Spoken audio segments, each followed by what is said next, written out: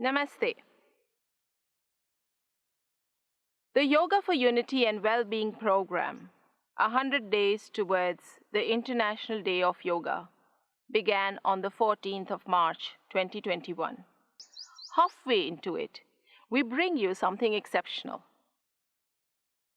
3 episodes, candid conversations with the youth, with Pujya Yoga Rishi Swami Ramdev Ji Maharaj of Patanjali Yog Peeth, Haridwar, and Revered Daji, Guide Heartfulness.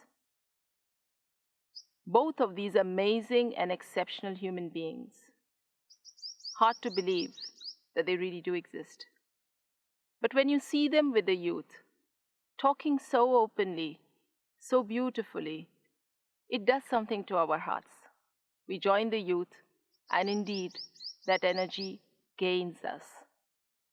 We learn, we live, we smile, we dive deep as they teach us practices like pranayama, yogasana,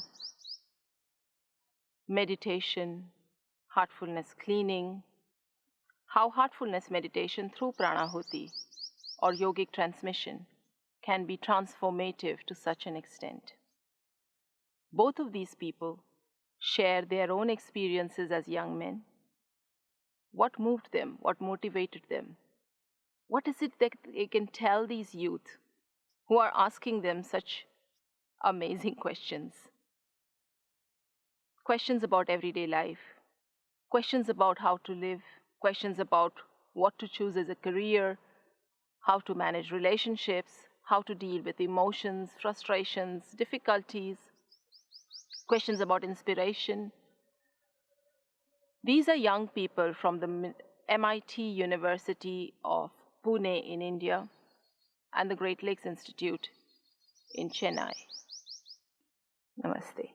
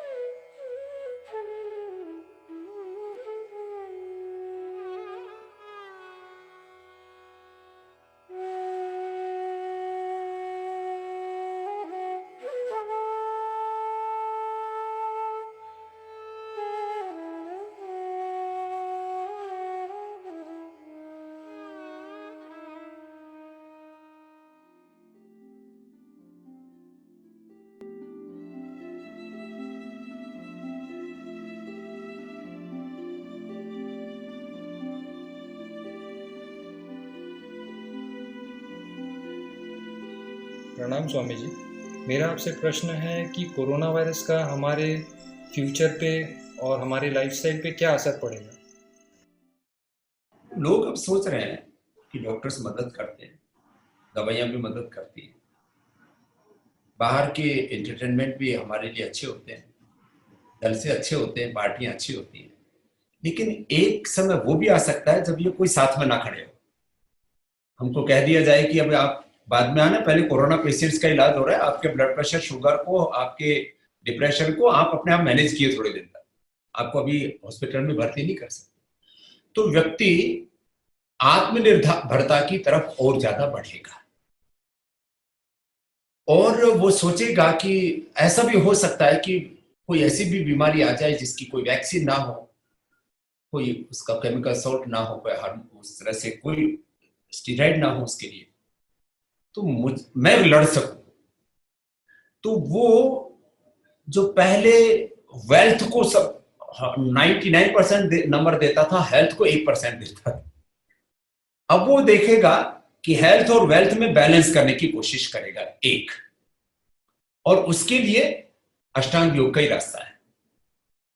दूसरा, आदमी बहुत ज्यादा बाहर की चीजों से सुख पाने की कोशिश करता था,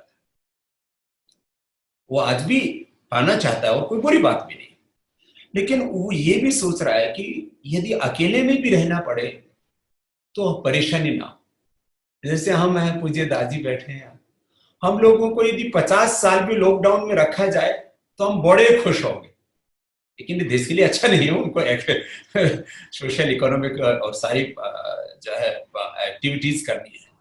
तो व्यक्ति को ये एकांत एक औषधि है। एकांत मेरे लिए मेरी ताकत है, मेरी शांति है।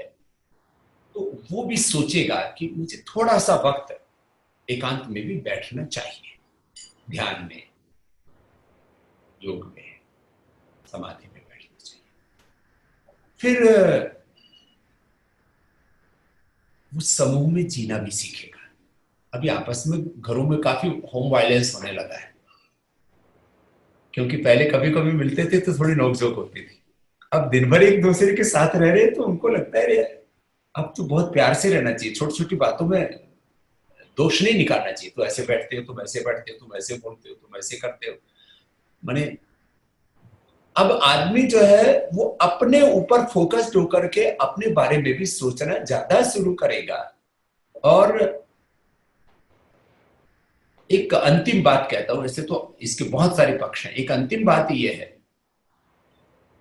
कि बिना अध्यात्म के आधार के भौतिक समृद्धि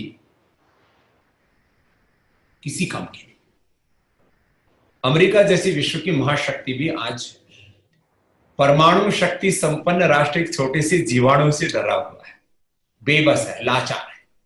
इसका मतलब मैं इसकी अवहेलना नहीं कर रहा हूं। आज भी अभ्युदय और निःश्रेयस, आध्यात्मिक और प्रगति और भौतिक प्रगति दोनों साथ साथ हमें लेकर के चलनी है। लेकिन नींव हमारी स्पिरिचुअलिटी पर होनी चाहिए। भवन कितना ही बड़ा खड़ा कर लो, भौतिक प्रगति का ये दुनिया को समझ में आ रहा है कि कुछ ना कुछ हमसे छूटा है। तो मनुष्य जो है उसको ये समझ में आ रहा है कि प्रकृति के साथ तालमेल करके जीना अच्छा है, और प्रकृति से दूर हटने पर विकृति आएगी। इसलिए व्यक्ति अब प्रकृतिवादी होगा, अध्यात्मवादी होगा, मानवतावादी होगा, उस तरफ सोचेंगे। कुछ लोग तो अभी भी उल्टे रास्ते पर चलेंगे, ये सत्य है। लेकिन एक ये सोचने का अवसर दिया है इस पूरे निसर्ग ने, इस अस्तित्व ने।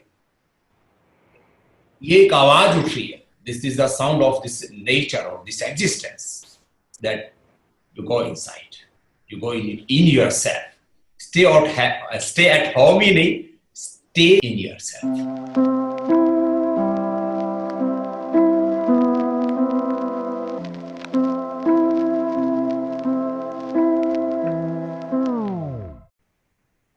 Namaste, Daji. My question is for you. This is at this age, a lot of us are trying to define our goals regarding our career, the kind of person we want to be with, what we want to do in our life. But what is really the purpose of life, and how do we recognize these goals that I'm talking about? Okay. We have so many goals, nothing wrong with it. We have mini goals. Suppose right now अभी 11:45 होने जा रहा है.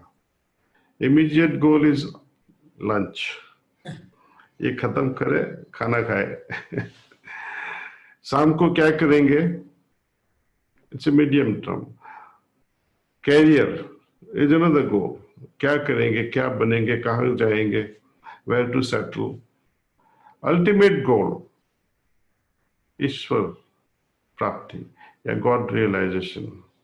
पर ये बहुत दूर की चीज है, इसलिए हमको पता नहीं चलता है, दिखाई नहीं देता है. तो we are not impressed with this concept of God realization. But we can have a small steps that whatever makes me at peace, whatever gives me happiness, let me do that first. But my happiness, while creating that happiness, I must not rob the happiness of other person. It should not be at the cost of someone else. See, many people, they say, the goal of life is to evolve. It's a general idea that purpose of my life is to evolve. What science is talking about evolution is only at a physical level. For me to fly like an eagle, how many years will it take? Millions of years, but I don't have such a long life. I'm going to only age. So the evolution, if it's my goal at a physical level, it's not going to happen during this lifetime. It's too short. When we enter into the spiritual level, Atman, आत्मा की evolution हो सकती है क्या? Is it possible for the soul to evolve? Our literature, our culture, it presupposes immutability of the soul. It says the soul is the purest. You cannot add any more purity to it. So it cannot change, it cannot evolve, because it is perfect in itself. Sampurna hai. Physical dimension, evolution cannot happen there within my lifetime. I have soul. It cannot evolve because it is perfect. So in between जो है, मेरा जो सूक्ष्म शरीर है, सूक्ष्म शरीर में 4 चीजें हैं, खास करके चित्त, मनस, बुद्धि, अहंकार. It is involved with my consciousness, my mind, my intellect, and my ego. So now when you think of what becomes of all these things when they evolve, मेरी मन की हालत क्या होती है जब when I evolve? मेरी बुद्धि की हालत क्या होती है जब वो विकसित होता है? मेरा जो अहम है उसका क्या होता है when I evolve? And what happens to my consciousness when I evolve? And how to make these 4 fundamental inner subtle bodies to evolve them further? What can make them evolve? So the purpose is to help evolve our consciousness. Practices of meditations, it helps us expand the available consciousness and make it broader.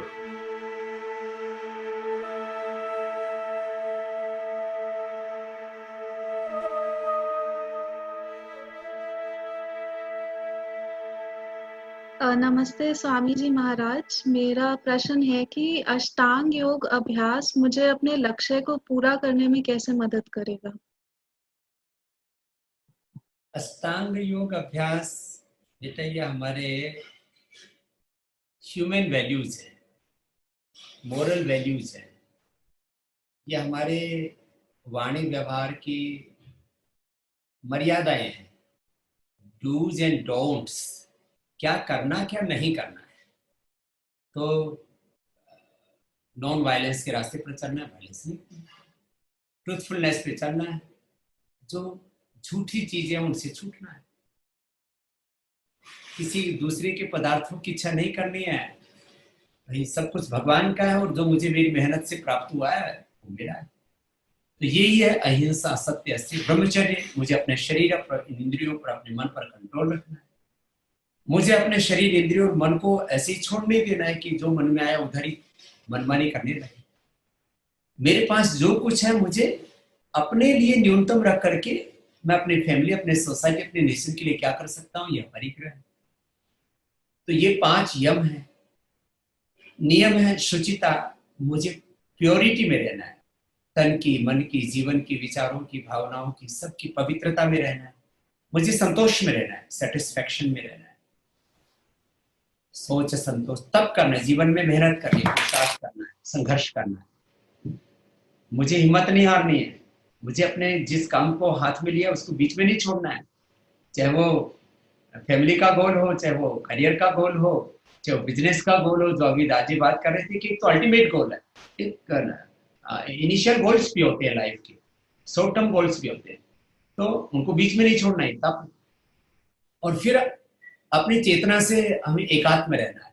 ये स्वाध्याय है. मैंने अपनी निजता से दूर नहीं रहना, हटना नहीं.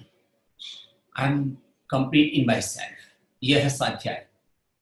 इनकम्प्लीटनेस, नॉनलीनेस फील नहीं करना है कभी भी कि किसी व्यक्ति या किसी वस्तु से, किसी साधन से, बाहर के किसी मैटेरियलिस्टिक थिंग से मैं पूरी हो जाऊंगी, ऐसा नहीं सोचना. मैं अपने आप में पूरी हूँ. और सब पूरे हैं, माता पिता, मेरे यदि फैमिली लाइफ है तो मेरा हस्बैंड वाइफ सब पूरे हैं आपस में, गुरु शिष्य सब पूरे हैं। और सबसे बड़ा पूरा है भगवान, उससे सारी दुनिया भरी हुई है, सब कण कण भरा हुआ है।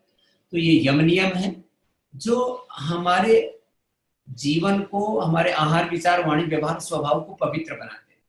कर्मों की पवित्रता के बिना आदमी आगे नहीं बढ़ सकता, नहीं तो खुद के आगे वो कर्म आते हैं और उसको रोकते हैं, वो अपने आप को ही धिक्कारता रहता है।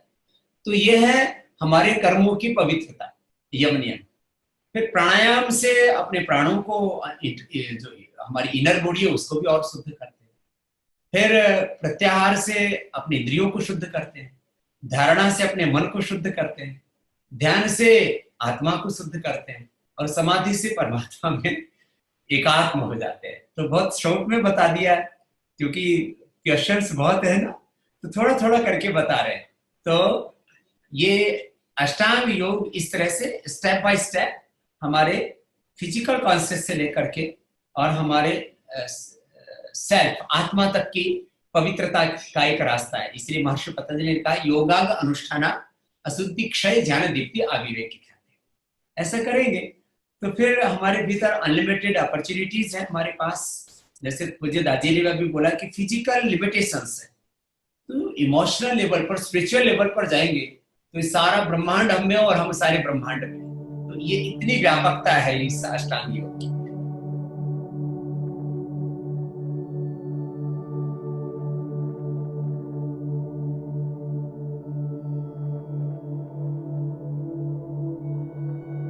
Please tell us how we, the modern youth, in the fast-paced world, can be mindfully heartful.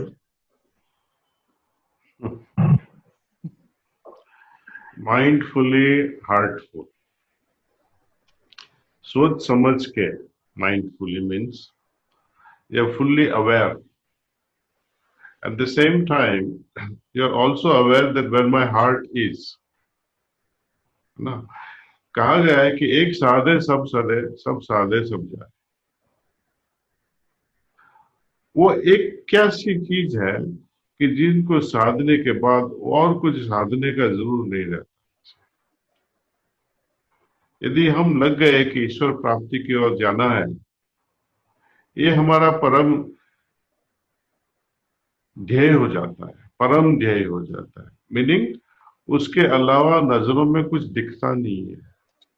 हाँ, काम धंधा करेंगे, पढ़ाई भी करेंगे, फैमिली को भी समझा लेकिन ये जो कुछ भी करेंगे, बिजनेस होएगा, फैमिली होएगी, रिलेशनशिप होएगा, they are all there to support my main ध्येय।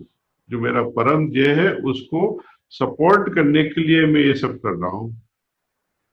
इससे फील्डिंग ग्राउंड है अपना, जो फैमिली है, बिजनेस वर्ल्ड है, उसमें मेरा मन लगेगा, दिल लगेगा ईश्वर की ओर। और जब हमारी मुलाकात मेरे गुरुदेव से हुई, उन्होंने एक बड़ी बड़ी समस्याओं से बचा दिया। वो बोले कि जब भी कुछ भी आप काम शुरू करो, ईश्वर से जुड़ जाओ।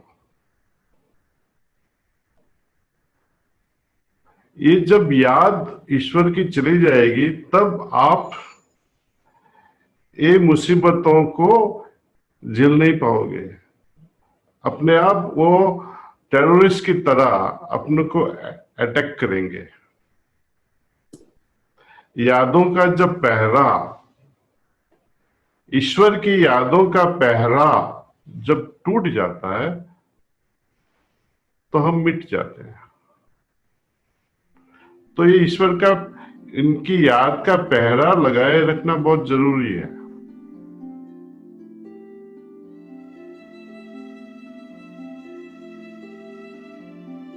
There is so much competition in today's world, so how can we be successful? किसी से हमारा कोई कंपटीशन नहीं, किसी धार्मिक गुरु से, किसी आध्यात्मिक गुरु से। हमको तो यही था कि हमको बेस्ट परफॉर्म करना है, जो मैं कर सकता हूं। तो मैंने पूरी ताकत लगा के योग किया। तो अब मुझे पता लगा है कि मुझे करीब पूरी दुनिया में 200 करोड़ लोग डायरेक्टली इनडायरेक्टली मुझे फॉलो करते हैं। फिर मेरे को लोगों ने बोला समझिए आप बड़े सेलिब्रिटी हो गए, हमको तो सेलिब्रिटी की स्पेलिंग भी पूरी नहीं पता, आपकी फैन फॉलोइंग होगी। तो बेटा एक ही बात बोलता हूं, अपना पूरा एक्सप्रेशन करो, अपने से ही कंपटीशन करो, self inspiration, self competition, self innovation, अपने में लगे रहो और लगे ऐसे रहो कि कुछ बचा के नहीं रखो। तो आदमी को हर दिशा में जागरूक रह करके अपना काम पूरा करना है सबसे पहले, फिर अपना दिमाग में भी कम नहीं रहना चाहिए, इनोवेशन, इन्वेंशन, स्टडी, नॉलेज, ये सब में भी, ज्ञान में, विज्ञान में, अनुसंधान में, सब दिशाओं में आगे बढ़ते रहो। और किसी का बुरा सोचो मैं, लोग को कभी वायलेट नहीं करना, हमेशा याद रखना, लोग को कभी वायलेट नहीं करना। दो तरह के लो हैं, एक यूनिवर्सल लो है, एक देश का लो। कभी भी भगवान के कानून को मत तोड़ना, देश के कानून को नहीं तोड़ना। और मैं तुम्हारे सामने ताल ठोक करके बोलता हूँ इस बात को, जवानों की भाषा में बोल रहा हूँ, मेरा कोई कुछ नहीं बिगाड़ सकता। मैंने कभी लोगों को वायलेट ही नहीं किया। जो लोगों को वायलेट नहीं करेगा उसको कोई भय नहीं रहेगा। फिर क्योंकि बड़ा काम करोगे तो फिर तुम्हारे सामने समस्याएं भी बड़ी आएंगी, लेकिन कभी तुम्हें शर्मिंदगी नहीं होगी कभी किसी के सामने, और तुम्हें कोई पकड़ नहीं सकता, खींच नहीं सकता, तुम्हें कोई दबा नहीं सकता, कोई सता नहीं सकता। इसलिए लोगों को वायलेट करो नहीं, अपनी तरफ से पूरा अपने आप को एक्सप्रेस करो, सब तरह से, सब दिशाओं में, सोशली, इकोनॉमिकली, पॉलिटिकली, स्पिरिचुअली, सब दिशाओं से जो कर सकते हो। और कभी भी देखो अपने आप को निराशा में नहीं देखा। मैंने कभी भी एक क्षण के लिए भी जो है, कभी जैसे बहुत बहुत काम हो गया, बहुत थकान होगी, तो कभी नींद भी आ जाए तो अगले क्षण में अपने आप को जगा लेता हूं, अरे भाई अभी सोने का समय नहीं है, जाग। तो कभी भी अपने उत्साह को कम नहीं होने देना, हमेशा को उत्साह में जीना। ब्रह्मचारी संसर्तिरोदस्यु भी तस्मिन् देवाः सम्मनसो भवन्ति सदाधार पृथ्वीं दिवं च स आचार्यं तत्सा पिबन्ति। सारे ब्रह्मांड की दैवी शक्ति, अब इसके ऊपर तो काफी रिसर्च भी हो रहे हैं कि ब्रह्मांड के सारे पॉजिटिव वाइब्रेशंस आपके साथ जुड़ जाते हैं जब आप उत्साह में भरे रहते हैं। मैं सुबह 4 बजे से लेकर के रात को 10 बजे तक मस्त फकीरी में रहता हूँ, और सारे ब्रह्मांड की अच्छी शक्तियां मेरी मदद करती है, सब दिशाओं से, सब प्रकार से। तो ये एक बहुत बड़ी बात है। और बाकी तो कहने को बहुत कुछ है, लेकिन अंतिम बात ये है कि कभी भी जिंदगी में लाख बातें आए, रोकना नहीं। कई बार ऐसा लगेगा कि अब तो सामने मौत दिख रही है, अब तो बचेगा नहीं। संस्कृत के श्लोक से पूरी कर देता हूं बात। प्रारभ्यते न खलु विघ्न भयेन नीचे प्रारभ्य विघ्न विहिता विरमन्ति मध्य। प्रारभ्यते न खलु विघ्न भयेन नीचे प्रारभ्य विघ्न विहिता विरमन्ति मध्य। विघ्न पुनः पुनर्प्रत्यहन्यमाना प्रारभ्य चोत्तमान् जना न परित्यजन्ति निन्दन्तु नीति निरूपणा यदि वास्तुवन्तु लक्ष्मी समा विशतु गच्छतु वा यथेष्टम् अद्यैव मणमस्तु युगान्तरे वा न्यायात् पथः प्रविचलन्ति पदम नद्यः। तो जब आप आगे बढ़ते हैं तो सब तरह की चीजें आएंगी, लेकिन आप रुकना नहीं। छोटे बहुत से लोग तो बड़ा सोच ही नहीं पाते, सोचते शुरू करते बीच में रुक जाते, आगे बढ़ते रहो। सारा जग बैरी हो जाए तो भी रुकना नहीं, आगे बढ़ते रहना। चरई वेती चरई वेती, बस आपको सब कुछ मिलेगा जीवन में, सारी खुशियां मिलेगी, सारी धन दौलत मिलेगी, और उससे भी आप आकर्षित नहीं होंगे। और जैसे पूज्य दादी ने भी कहा, आप एक दिन निर्माण करते हुए अपना आप निर्माण को उपलब्ध हो जाए। Thank you. बहुत खूब, बहुत खूब, बहुत धन्यवाद। इसके आगे कुछ बोलना सब झूठ हो जाएगा, अच्छा भी होएगा फिर भी अच्छा नहीं रहेगा।